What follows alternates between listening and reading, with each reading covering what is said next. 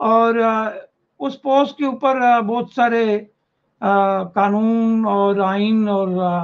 International ضابطوں کو سمجھنے والے جو انٹلیکچوئل میرے دوست ہیں، انہوں نے بڑا مثبت اپنا تبصرہ کیا،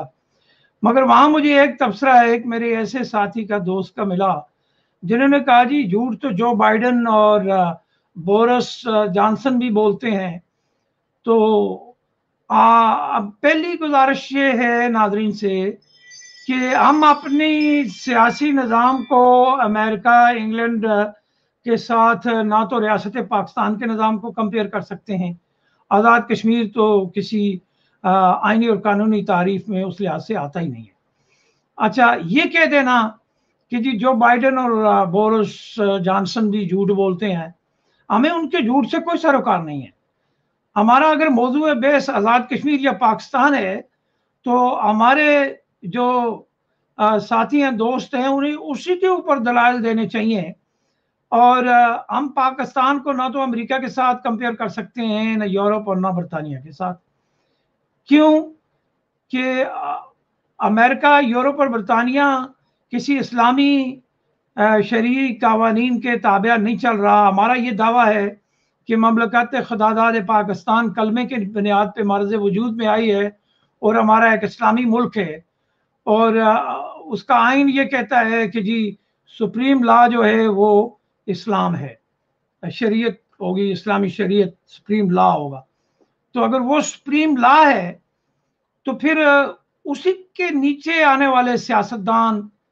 قانون دان سارے اسی سپریم لا کو سب سے پہلے مانیں گے، اس کے تابع رہیں گے، اس کے بعد وہ ملکی قوانین کے تابع دار ہوں گے۔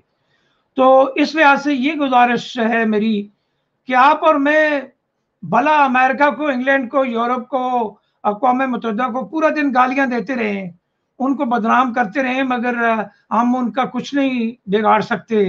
اس لیے کہ انہوں نے اپنی ایک تاریخ ڈیولپ کی ہے، اس میں جھوٹ کیا ہے، سچ کیا ہے، اور اس کے حقائق کا جو عملی ثبوت انہوں نے دیا، انہوں نے یہی دکھایا کہ وہ واقعی انہوں نے جو ادارے بنائے، ان اداروں کے تحت انہوں نے نہ صرف اپنے ملک کو بلکہ ساری دنیا کو اس کے ماتحت کر دیا۔ تو اب ہمیں بھی کوئی نہیں روکتا جو اسلامی ممالک کا دعویٰ کرتے ہیں ہم، کہ ہم بھی یونائٹ ہو کے تو کچھ اس طرح کا ان کے مد مقابل نظام لا سکیں، مگر کسی اسلامی ملک کے کسی سیاسی رہنما کو، لیڈر کو یہ جرأت کبھی ہوئی ہے اور نہ کبھی ہو سکتی ہے۔ یہ میرے دلائل ہیں، ان سے آپ کا اتفاق کرنا لازمی نہیں ہے، مگر میرے لیے اس تحقیق کو آپ تک پہنچانا اس انداز میں بڑا ضروری ہے۔ میں جب بھی کمپیریزن کرتا ہوں پاکستان کا اور ایک چھوٹا سا خطہ ہے جس کو آزاد کشمیر کا نام دیا گیا، ان کو میں کسی دنیا کے ملک کے ساتھ کمپیئر نہیں کر سکتا۔ اس کی وجہ یہ ہے کہ ہم نے کچھ کیا نہیں تاریخ کے اندر، کچھ ہمارا نہ سیاست کے اندر، نہ اخلاقیات کے اندر، اور نہ ہی کسی اور ملکی نظام میں ہم نے کوئی ایسی نامور کام کیا ہو جو ہمارے تاریخ کا حصہ ہو، تجزیے کا حصہ ہو، اور نہ ہی ہمارے سیاسی قیادت پاکستان کے اندر یا آزاد کشمیر کے اندر آج تک ایسی آ سکی کہ جن کی تھیوری کے اوپر کچھ انقلابی قسم کے معاملات سامنے آئے ہوں، جن کو ہم بنیاد بنا کے کہیں جی اس کی کاپی تو دنیا کے دیگر ملکوں کو کرنی چاہیے۔ could be possible،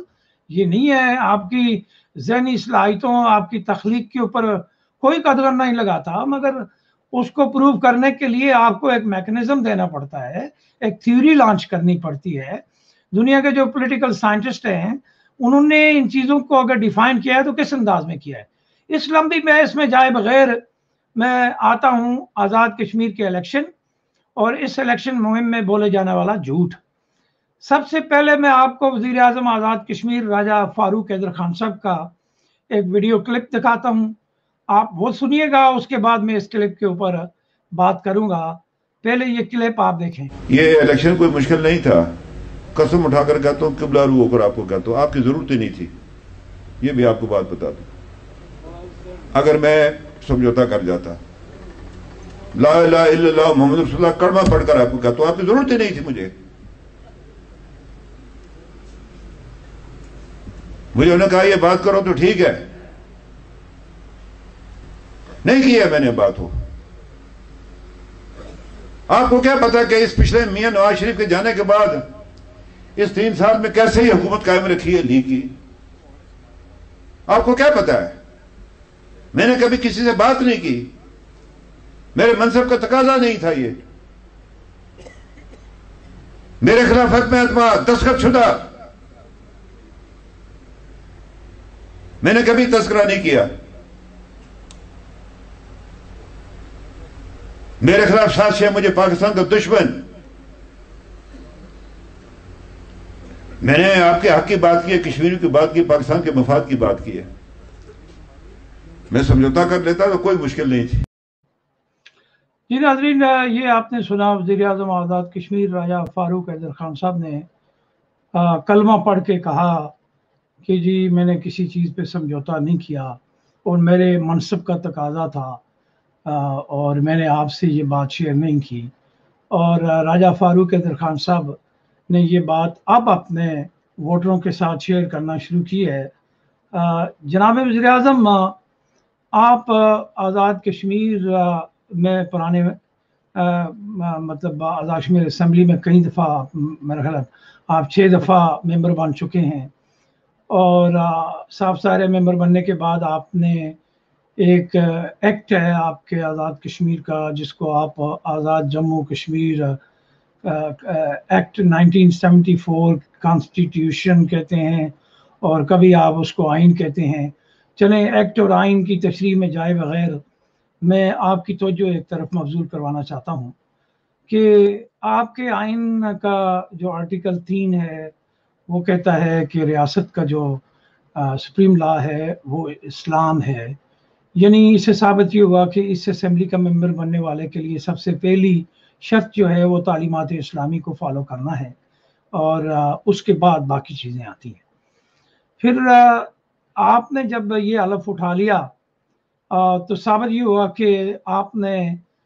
بحیثیت اسلامی شریعت کے تابعدار کے یہ حلف اٹھایا ہے، اور اسلامی تعلیمات میں قسم کی اہمیت کا آپ کو اندازہ ہونا چاہیے، اور آپ نے یہ بھی دعوے کیے کہ جی ہم نے آزاد کشمیر میں اسلامی قوانین کے لیے بھی بڑی کوشش کی، یہ کیا وہ کیا۔ جناب وزیر اعظم، اسلامی تعلیمات کے سراسر خلاف میں سمجھتا ہوں اس چیز کو کہ کسی ریاست کے وزیر اعظم کو کلمہ پڑھ کے قسم اٹھا کے عوام کے ساتھ گفتگو کرنی چاہیے۔ یہ جو ہے یہ اسلامی تعلیمات کے بالکل خلاف ہے۔ آپ حق رکھتے ہیں بات کرنے کا، مگر کلمہ پڑھنا اور قبلے کی طرف منہ کر کے باتیں کرنی، یہ آپ کی دلیل قانون سازوں والی دلیل کے زمرے میں نہیں آتی۔ اگر آپ عدالت میں کسی جج کے سامنے اس طرح کے آرگومنٹ کریں گے تو شاید جج بھی آپ کو روکے گا، وہ آپ کو کہے گا کہ جی آپ نے قسم نہیں اٹھانی، کیونکہ جو قانون کے ماہر ہوتے ہیں، وہ قانون کو سمجھنے والے ہوتے ہیں، وہ قانون کو کمپیئر کرتے ہیں کہ یہ مروجہ قانون کن اصولوں کے اوپر جو ہے یہ منحصر کر رہا ہے۔ تو اس لیے آپ کا یہ کہنا کہ منصب کا تقاضا، جناب وزیر اعظم، منصب کا تقاضا تو آزاد کشمیر کے کسی بھی وزیر اعظم نے آج تک پورا نہیں کیا، اور پھر آپ مجھے یہ بتائیں کہ آپ کا منصب کا جو تقاضا تھا وہ تو یہ تھا کہ آزاد کشمیر کی جو حکومت ہوگی یہ بیس کیمپ کی حکومت کہلائے گی، اور یہ بیس کیمپ کی حکومت انقلابی حکومت کے نام سے قائم ہوئی تھی جنجال ہل سے، اور جس کو چلتے چلاتے اب آپ کے ہاتھ میں آ گئی ہے۔ اور آپ کا یہ کہنا کہ پاکستان آپ کو مجبور کر رہا تھا کہ آپ آزاد کشمیر کا لفظ ہٹا دیں، آپ اس کو عبوری صوبہ بنا دیں، جناب وزیر اعظم آپ آئین اور قانون کو سمجھنے والے قانون دان ہونے چاہیے تھے۔ ریاست جموں کشمیر کی جو عالمی حیثیت ہے، اور اقوام متحدہ کی سیکیورٹی کونسل اور انسیپ کمیشن نے پاکستان کو کیا ذمہ داریاں دے رکھی ہیں، آپ کی دلیل تو یہ ہونی چاہیے تھی کہ ریاست جموں کشمیر کی حیثیت کو بین الاقوامی تناظر میں پاکستان چھیڑ ہی نہیں سکتا آئین اور قانون کے حوالے سے۔ پھر جناب وزیر اعظم، آپ کے منصب کا یہ تقاضا ہے کہ آپ اپنے عوام کو بتائیں کہ آزاد کشمیر کا آئینی اور قانونی رشتہ پاکستان کے ساتھ کیا ہے، اور جو پاکستان کے آئین کی دفعہ 257 ہے جس میں یہ کہا گیا ہے کہ ریاست جموں کشمیر پلیبسٹ کے بعد یہاں کے لوگ ڈٹرمن کریں گے کنڈیشنز اور اس کے بعد وہ پاکستان کا حصہ بنیں گے۔ جناب وزیر اعظم، یہ قانونی دلیل تو آپ نے اور آپ کی اسمبلی نے اور آپ کے منصب جو ماضی میں بھی گزر چکے ہیں انہوں نے تو نہیں بتائی ہمیں۔ اسی طرح اگر آئین پاکستان کو ہم اٹھا کر دیکھتے ہیں تو آئین پاکستان کے اندر بھی ہمارا کوئی وجود نہیں ہے، کیونکہ جو آئین پاکستان کا ہے اس کا جو ٹیریٹوریل بتایا گیا ہے اس آئین کے اندر وہ تو وہاں 4 صوبے ہیں، آپ کے ریاست کا تو وہاں نام تک نہیں ہے۔ تو بجائے آپ قانونی دلائل دے کے اس کو ایک قانون ساز کی حیثیت سے اپروو کرنے کے، آپ نے تو وہ کام شروع کر دیا جو گاؤں میں کسی کی بھینس گم ہو جاتی تھی تو لوگ بیٹھ کے تو کلمے اور قسمیں پڑھ کے تو اس کو برآمد کیا کرتے تھے کہ جی یہ کس نے اٹھا لی۔ آپ تو اسمبلی فلور کے اوپر بات کرنے والے بندے ہیں، آپ نے تو کئی قانون سازی آپ کے بقول کے آپ نے کئی قانون بنائے اور ان پہ عمل درآمد آپ نے کروایا یا نہیں کروایا، آپ کے منصب کا ایک تقاضا تو وہ بھی بنتا ہے۔ پھر اس کے علاوہ جناب وزیر اعظم، آپ یہ کہتے ہیں کہ ہمارے بجٹ میں اگر ہمارا حق ہمیں نہیں دیا گیا تو میں اپنی کابینہ سمیت وزیر اعظم پاکستان کے دفتر کے سامنے جا کے احتجاج کروں گا۔ یہ تو آپ اپنے منصب گرا رہے ہیں، یہ تو آپ اپنے ریاستی منصب کو، ایک طرف آپ ریاست کے تشخص اور وحدت کی بات کرتے ہیں یعنی یونٹی اور آئیڈینٹی کی بات کرتے ہیں، اور دوسری طرف آپ اپنے منصب کی بات کرتے ہیں۔ تو یہ اگر آپ کابینہ کو لے کے جا کے اس کے دفتر کے باہر احتجاج کریں گے تو یہ تو آپ اپنے منصب کے تقاضے کی بھی توہین کریں گے۔ تو یہ کیا ثابت کرنا چاہتے ہیں آپ اس معصومیت اور ان معصومانہ دلائل کی روشنی میں؟ یہ ایک سیاستدان کو زیب نہیں دیتے کسی بھی ڈکشنری میں اگر ہم ان کو ڈھونڈیں یا کسی بھی خطے کی تاریخ کو، سیاست کو آپ دیکھیں تو جناب وزیر اعظم منصب کے تقاضے آپ سمیت آزاد کشمیر کے کسی بھی سابق وزیر اعظم نے نہیں پورے کیے، تسلسل کے ساتھ جھوٹ بولا گیا۔ جناب وزیر اعظم، آپ کے منصب کا ایک تقاضا تو یہ بھی تھا سر کہ آزاد کشمیر کے شہریوں کو آپ برابر حقوق دیتے، آپ کے آئین کے اندر تو برابر حقوق نہیں ہے۔ جو لوگ ریاست کی بات کرتے ہیں کہ جی اس ریاست کو ہم انڈیپینڈنٹ بنائیں گے، ان کے لیے تو آپ نے قانون سازی کو انڈوز کر رکھا ہے کہ جو بھی بندہ خود مختار ریاست کی بات کرے گا وہ یہاں کے الیکشن نظام میں نہیں آئے گا، اور ان کو تو آپ یہ ٹھپا دیتے ہیں غدار کا۔ تو کیا وہ غدار ہیں؟ کیا وہ ریاست کے برابر شہری ہونے کا حق نہیں رکھتے؟ تو جناب وزیر اعظم، قانون ساز جو ہوتے ہیں وہ تو اپنی عوام کے لیے یکساں قانون کی جدوجہد کرتے ہیں تاکہ ہر شہری کو ایکول رائٹ مل سکیں۔ تو وہ کلمے تو نہیں پڑھتے، وہ قرآن تو سر پہ نہیں اٹھاتے، وہ تو پریکٹیکلی کام کر کے دکھاتے ہیں۔ تو جناب وزیر اعظم، آپ کی جو انقلابی حکومت 1947 میں قائم ہوئی تھی اس کا تو یہ مشن تھا، یہ پروگرام تھا کہ ہم اس عارضی حکومت کو ختم کر کے تو اپنے حقیقی دارالخلافے کی طرف جائیں گے۔ کیا آپ وہ کر پائے؟ آزاد کشمیر جن قراردادوں کے تحت قائم کیا گیا، کیا اس پہ آپ نے کبھی ایک دفعہ بھی بات کی؟ کیا آپ نے اپنی عوام کو 257 کی تشریح کر کے بتائی ہے؟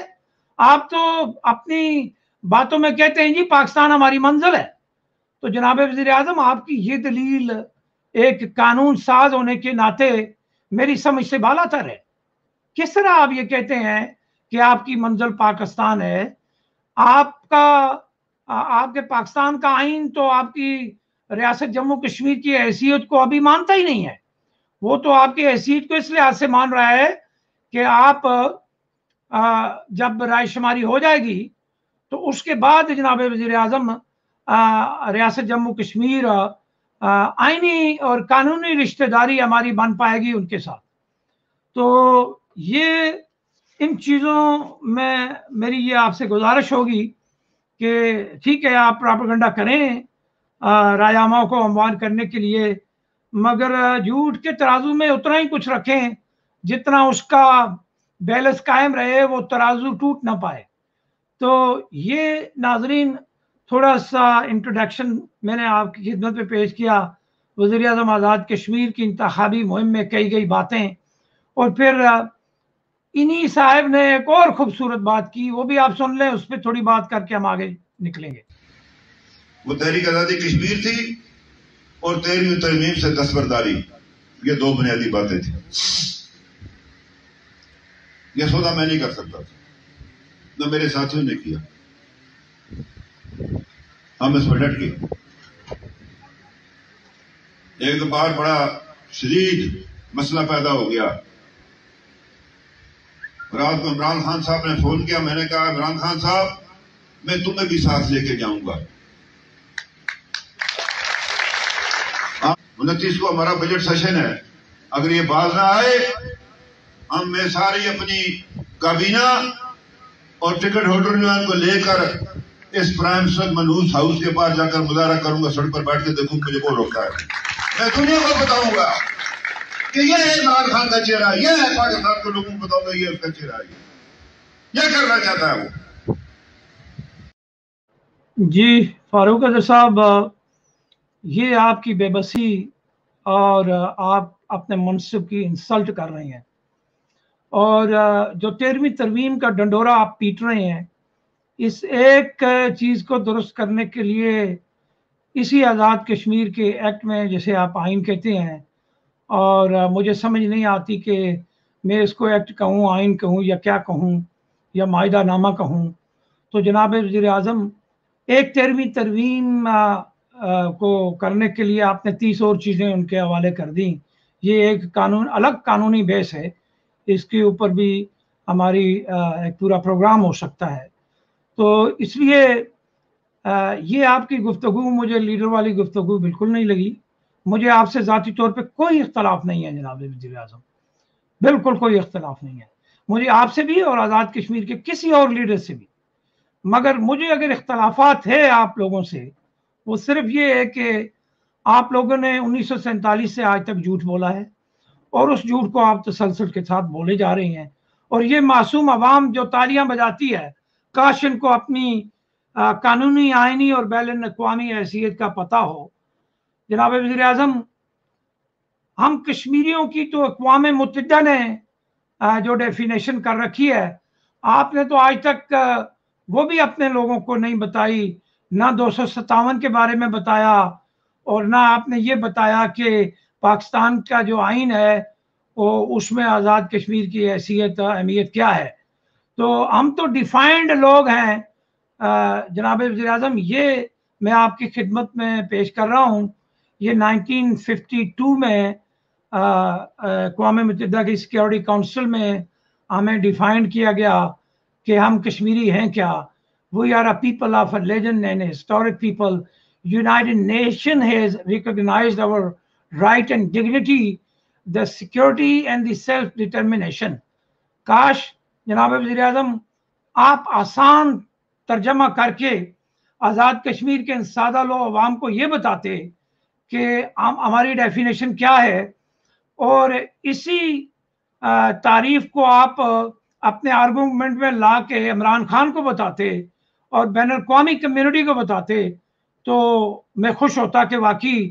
آزاد کشمیر کی تاریخ میں کوئی پہلا ایسا وزیر اعظم آیا ہے جس نے اپنے منصب کے تقاضے کے مطابق کوئی گفتگو کی۔ تو اس لیے اب ناظرین آپ کو اندازہ ہو گیا ہوگا کہ میں نے کیا کہا اور میں نے یہ کیوں کہا، اور ناظرین آپ سے یہ بھی میں گزارش کرتا چلوں کہ میرا یہ پروگرام کرنے کا ہرگز یہ مقصد نہیں ہے کہ لوگ میری تعریفیں کریں،